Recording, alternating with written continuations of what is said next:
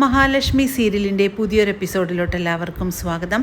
അങ്ങനെ കരുണ വന്ന് പറഞ്ഞ കാര്യങ്ങളെല്ലാം കൂടെ കേട്ടിട്ട് പ്രതാപനാണെങ്കിൽ ദേഷ്യം വന്നുകൊണ്ട് തന്നെ വാമദേവനെ മുഖത്തിനിട്ട് അടിക്കുന്നുണ്ട്.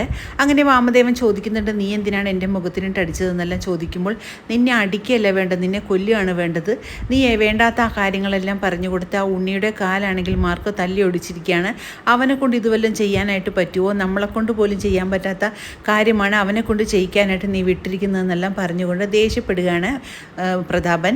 പോരാത്തതിന് ആ കണ്ണൻ നടന്ന കാര്യം എൻ്റെ മോൾ അറിയുകയും ചെയ്തു. ഇനി എൻ്റെ മോൾക്ക് എന്തെങ്കിലും ഒരു സമാധാനം ഉണ്ടാവുമാടാ എന്നൊക്കെ ചോദിച്ചുകൊണ്ട് ദേഷ്യപ്പെടുന്നു പ്രതാപൻ. ആ ലക്ഷ്മിയും കുഞ്ഞും നൂലുകെട്ട് കഴിഞ്ഞ് അങ്ങോട്ട് വരുന്ന സമയത്ത് എൻ്റെ മോളെ അതെല്ലാം കണ്ടു കഴിഞ്ഞാൽ അവളുടെ സമനില തെറ്റിപ്പോവും, അവളുടെ ജീവിതം തന്നെ ഇല്ലാതാക്കിയത് നീയാണെന്നെല്ലാം പറഞ്ഞുകൊണ്ട് വാമദേവനോടായിട്ട് പറയുന്നുണ്ട്. ഇങ്ങനെയെല്ലാം സംഭവിക്കുമെന്ന് ഞാൻ നേരത്തെ അറിഞ്ഞിരുന്നെങ്കിൽ ആ ലക്ഷ്മിയെ ഞാൻ പണ്ടേ തന്നെ ഇല്ലാതാക്കിയേനെ. അവൾ ഒറ്റ ഒരുത്തിയാണ് എൻ്റെ മകളുടെ ജീവിതം ഈ ലെവലിലാക്കിയതെന്നെല്ലാം പറഞ്ഞുകൊണ്ട് പ്രതാപനാണെങ്കിൽ ദേഷ്യം കൊണ്ട് വിറക്കുകയാണ്. പിന്നീട് മഹിയുടെ അടുത്ത് വന്ന എല്ലാ കാര്യങ്ങളും തന്നെ കണ്ണൻ പറയുന്നു. അവിടെ നടന്നുള്ള സംഭവങ്ങളെല്ലാം കേൾക്കുമ്പോഴേക്കും മഹിയാണെങ്കിൽ ആകെ ഞെട്ടി വിറച്ചുകൊണ്ട് പോകുന്നു. മഹിയെപ്പോലെ തന്നെ ലേഖയും അനന്തവും അത് കേൾക്കുമ്പോൾ ആകെ പേടിച്ച് ഭയങ്കരമാണ്. അപ്പോഴേക്കും ലേഖ പറയുന്നുണ്ട്, ഇനി മഹിയും കുഞ്ഞിനെയും നൂലുകെട്ടിന് ശേഷം അങ്ങോട്ടേക്ക് കണ്ണേട്ടം കൊണ്ടുപോകാൻ ഒരുങ്ങണ്ട, ഞാൻ വിടില്ല എന്നെല്ലാം പറയുന്നു. ആ വാമദേവന് ശമ്പളങ്ങളെല്ലാം തന്നെ നിർത്തലാക്കിയതുപോലെ ഉണ്ണിയുടെയും ശമ്പളങ്ങളെല്ലാം നിർത്തലാക്കണമെന്നെല്ലാം ആനന്ദു പറയുന്നുണ്ട്. ഇനി ഒരിക്കലും അവനെ ഒരു തരത്തിലും ജീവിക്കാനായിട്ട് അനുവദിക്കരുതെന്നെല്ലാം പറയാണ്. അതേസമയം ആ പൈസ കിട്ടിയത് കൊണ്ടല്ലേ കണ്ണേട്ടനെ ഗുണ്ടകളെ കൊണ്ട് കൊല്ലിക്കാനായിട്ട് അവന് പറ്റിയതെന്നെല്ലാം ലേഖ പറയുന്നുണ്ട്. ഇനി മഹിയെയും കുഞ്ഞിനെയും അങ്ങോട്ട് കൊണ്ടുപോയാൽ ഇതിൽ സംഭവിക്കില്ല എന്ന് ആര് കണ്ടു? അതുകൊണ്ട് കണ്ണേട്ടൻ നല്ല ഉറച്ച തീരുമാനമെടുത്തിട്ട് മാത്രമേ മഹിയെയും കുഞ്ഞിനെയും അങ്ങോട്ട് കൊണ്ടുപോകാനായിട്ട് പാടുള്ളൂ എന്നെല്ലാം പറയുന്നുണ്ട് ലേഖ. ഈ സംഭവം നടക്കുമ്പോഴേക്കും ഒരിക്കലും എനിക്ക് തന്നെയും കുഞ്ഞിനെയും ഇനി കാണാനായിട്ട് പറ്റില്ല എന്നോർത്ത് ഞാൻ ആകെ വിഷമിച്ച് പോയെന്നെല്ലാം മഹിയോടായിട്ട് കണ്ണൻ പറയുന്നത് കേട്ട് മഹിയൊക്കെ ആണെങ്കിൽ ആകെ സങ്കടം വരുന്നതാണ്. പിന്നീട് പ്രതാപനെ കണ്ടുവരുന്ന കരുണയോടായിട്ട് മുത്തശ്ശി ചോദിക്കുന്നുണ്ട്, മോളെ അവനെ കണ്ടിട്ട് അവൻ എന്ത് പറഞ്ഞു എന്ന് ചോദിക്കുമ്പോൾ, എന്ത് പറയാൻ, ഞാൻ നടന്ന കാര്യങ്ങളെല്ലാം തന്നെ അച്ഛനോടായിട്ട് പറഞ്ഞു. അച്ഛനോട് പറഞ്ഞു അച്ഛനായിരുന്നു എൻ്റെ പണ്ടത്തെ ഹീറോ, ഇപ്പോൾ അച്ഛൻ വെറും സീറോ ആണെന്ന് ഞാൻ പറയുകയും ചെയ്തു. അച്ഛനെ കൊണ്ടൊന്നും ഇനി ഒരിക്കലും എനിക്കൊരു സമാധാനത്തോടുള്ള ജീവിതം ഉണ്ടാക്കി തരാനായിട്ട് പറ്റില്ല, എല്ലാം എടുത്തു, ഞാൻ എൻ്റെ ജീവിതം തന്നെ അവസാനിപ്പിക്കുമെന്നെല്ലാം പറഞ്ഞിട്ടാണ് വന്നതെന്നെല്ലാം മുത്തശ്ശിയോട് പറയുമ്പോൾ മുത്തശ്ശി പറയുന്നുണ്ട്, മോൾ എന്തിനാണ് അങ്ങനെയൊക്കെ പറയാൻ പോയത്? അവൻ ഇതെല്ലാം കേൾക്കുമ്പോഴേക്കും ആകെ സങ്കടമാകില്ലേ? മോൾക്ക് വേണ്ടിയല്ലേ അവൻ ഇത്രയും കാലം ജീവിച്ചതെന്നെല്ലാം പറയുമ്പോഴേക്കും, എനിക്ക് വേണ്ടി ജീവിച്ചിട്ടുണ്ടെങ്കിൽ എനിക്ക് മാത്രം എന്താണ് ഇപ്പോൾ ഇങ്ങനെയൊക്കെ സംഭവിച്ചത്? എൻ്റെ ജീവിതം ഇതോടുകൂടി അവസാനിക്കുകയാണെന്നെല്ലാം കരുണ പറയുന്നതായിട്ട് മുത്തശ്ശി പറയുന്നുണ്ട്.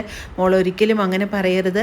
ഇപ്പോൾ ദുർഗയാണെങ്കിൽ നല്ല രീതിക്ക് മാറിയിട്ടുണ്ട്, അതുപോലെ തന്നെ മോളും മാറാനായിട്ട് ശ്രമിക്കണം. എന്നാൽ മാത്രമേ മോൾക്കിപ്പോൾ അവിടെ ജീവിക്കാനായിട്ട് പറ്റുള്ളൂ. മോളുടെ വയറ്റിലൊരു കുഞ്ഞുണ്ട്, അതിനെ വളർത്തണ്ടേ? നമ്മൾക്ക് തന്നെ എങ്ങനെയാണ് ഒരു കുഞ്ഞിനെ വളർത്താനായിട്ട് സാധിക്കും? അതിനൊരു അച്ഛൻ വേണ്ടേ എന്നെല്ലാം മുത്തശ്ശി പറയുന്നത് കേട്ട് കരുണയാണെങ്കിൽ അതിന് മനസ്സോടുകൂടി തന്നെ സമ്മതിക്കുകയാണ്.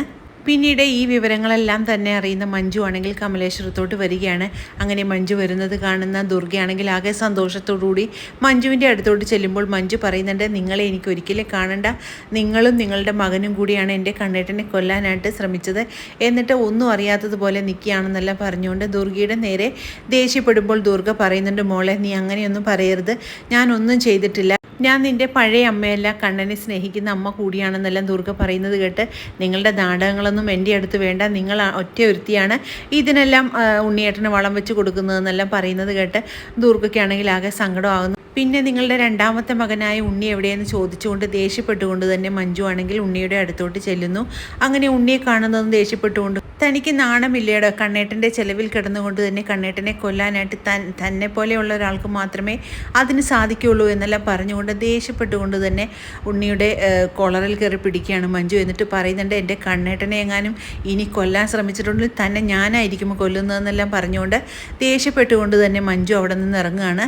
അതേസമയം താഴോട്ട് വരുമ്പോഴേക്കും ദുർഗയോടായിട്ട് പറയുന്നുണ്ട്, ഇതിനെല്ലാം കൂട്ടുനിന്ന അമ്മയെ ഞാൻ ഒരിക്കലും വെറുതെ വിടുമെന്ന് വിചാരിക്കേണ്ട, എൻ്റെ കണ്ണേട്ടനെ എന്തെങ്കിലും ചെയ്യാനായിട്ട് ഇനി ആരെങ്കിലും ശ്രമിച്ചിട്ടുണ്ടെങ്കിൽ അവരെയെല്ലാം ഞാൻ വെറുതെ വിടുമെന്ന് വിചാരിക്കേണ്ട എന്നെല്ലാം പറഞ്ഞുകൊണ്ട് ദേഷ്യപ്പെട്ടുകൊണ്ട് തന്നെ അവിടെ നിന്ന് പോകാൻ ഒരുങ്ങുന്ന സമയത്ത് കരുണയാണെങ്കിൽ അങ്ങോട്ട് വരുന്നു. അങ്ങനെ കരുണയെ കാണുന്നതും കാലി തുള്ളിക്കൊണ്ട് തന്നെ മഞ്ജു പറയുന്നുണ്ട്, ഇവളെ പറ്റുമെങ്കിൽ നിങ്ങൾക്ക് അടിച്ചിറക്കാമായിരുന്നു. പക്ഷേ നിങ്ങളതിന് കൂട്ട് നിൽക്കാത്തത് ഇവളെ ഇപ്പോഴും നിങ്ങൾ സ്നേഹിക്കുന്നത് കൊണ്ട് മാത്രമാണ്. നിങ്ങൾക്ക് നാണമില്ലേ?